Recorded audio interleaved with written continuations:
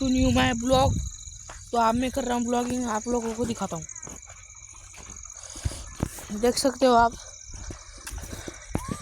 बहुत अंधारा है। ये देखो, मैं आप लोगों को दिखा रहा हूँ। इतने अंधारे में मैं जा रहा हूँ। रात के रात के 12:02 हो रहे। आप लोगों को दिखाता हूँ मैं कितना सुनसान है। देखो, इधर भी कोई नहीं, और मेरा गांव सिर्फ वहाँ से थोड़ा दूर है। मेरे पास कोई गाड़ी भी नहीं है। मैं ऐसे ही जा रहा हूँ, सुनसान रास्ता है पूरा, आप देख सकते हो। इसलिए बोलता हूँ भाई, मैं थोड़ा संभाल के चलो।